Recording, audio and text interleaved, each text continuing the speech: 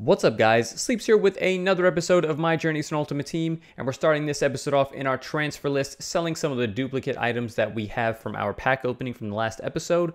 We actually got some decent amount of coins for a couple of things: 2,000 for Defrel, 22 for Volin, 3,400 for Icardi, and the rest was just, smaller amounts for kits and some players that sold for cheap bits here and there.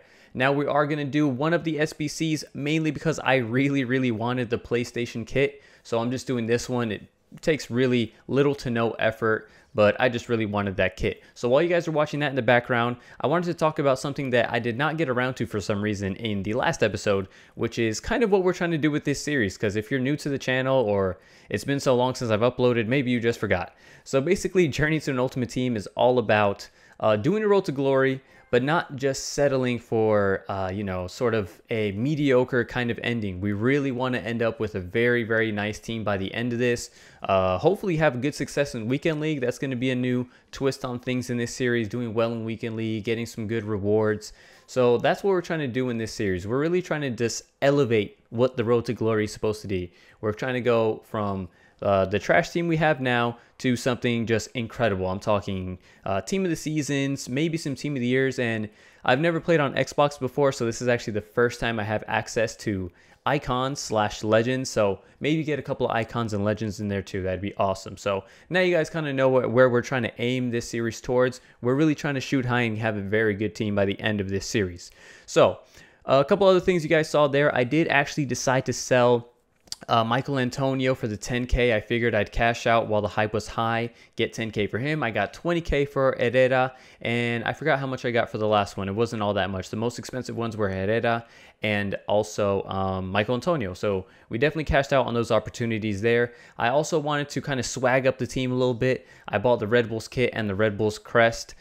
Just because that's the team I support in real life. I love that team, so I wanted to wear that jersey. And we're finally going to cap off the buying of items with 2 signings because at the end of the last episode, you may have not noticed, but we didn't have a right back. We had no right back from Serie A at all, so we're going to squeeze in this right back, Abate.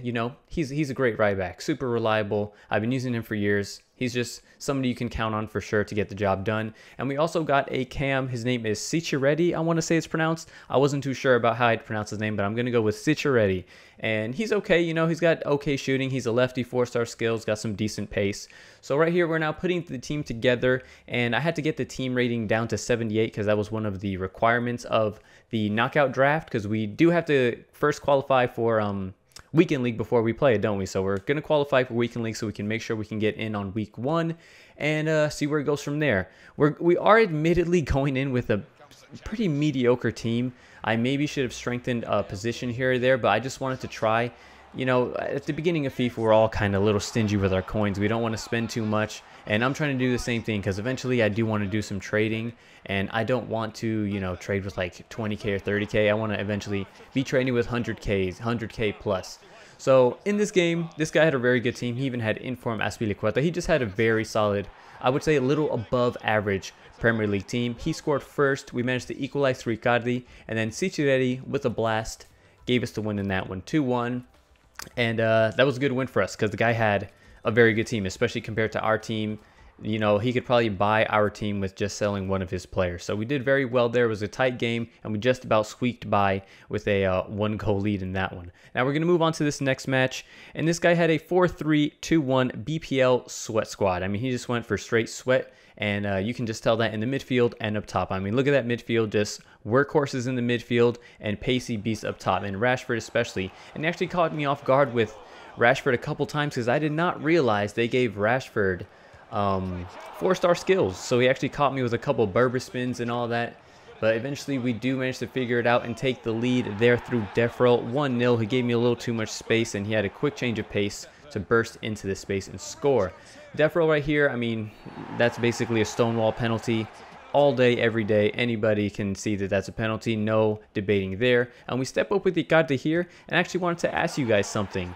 Was I supposed to have an arrow for that penalty? Because I had no arrow, and I was a bit confused as to what I was going to do. That's why it took me a little while to take it.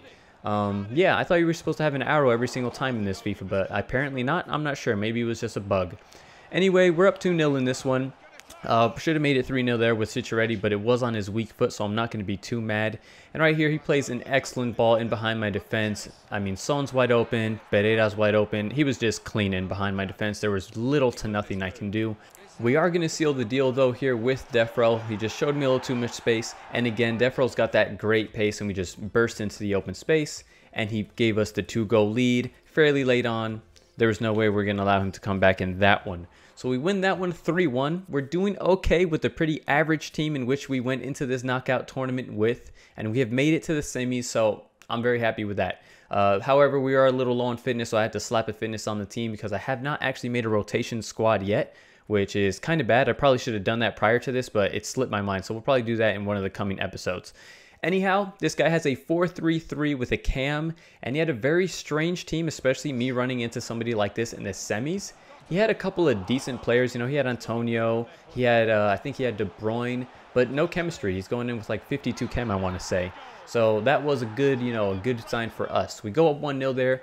Icardi with a very strange finish, and then we're going to actually play in Defrel. He's wide open in behind the defense, and he finishes nicely to give us a 2-goal cushion. Now, I put this clip in here because I wanted to show you guys this very suspect non-call. Tell me that is not a penalty, guys. That is a stonewall penalty. I'm not sure why it wasn't given. I don't know if refereeing is going to be an issue in this FIFA. That's the first time it's happened to me. That obviously. But let me know what you guys think about the refs in this FIFA. Have you guys had anything like that similar happen to you? Fortunately for us, though, it didn't matter that much because at this point we're just putting on a clinic. You see right here, he's just getting overly aggressive. I'm just sprinting into open space. Icardi makes it 5-0, and eventually he does just stop playing, but I just wanted to complete Icardi's hat trick, so I'm just going to nick the ball off this guy right outside the 6 and bend it into the corner. So we won that one 6-0. Which was very good. Obviously, we're in the semis, but the guy did have 52 chemistry, so that was probably a pretty great deal of a contributing factor into that one. Nonetheless, I'm very happy because we made it to the finals, and I'm thrilled to see that we have made it this far with our team, which isn't terrible, but compared to some of the teams we're coming up against, it's certainly the underdog team. So here we go into the final. This guy's rocking the NYCFC kit, and whenever I see somebody rocking that kit, I really want to beat them. And he is with a 4-1-2-1-2 Serie A team, a little similar to mine. He's got Icardi up there. We take the lead in this one, 20th minute. Defrel's just wide open, clean in. I'm pretty sure that was like a carbon copy of the goal we saw in the last game. We just sent him with Icardi, and in behind the defense he was. Icardi with some good work there to make it 2-0. He doesn't have the great skill moves, but we do a couple step overs and manage to get some space. Right here, Bonaventura absolutely blasted from the top of the box into the top corner, making it 2-1. And unfortunately for us, here he is making it 2-2 with just 18 minutes left in regulation time. So that one really stung. We should probably be seeing that one out a little bit better.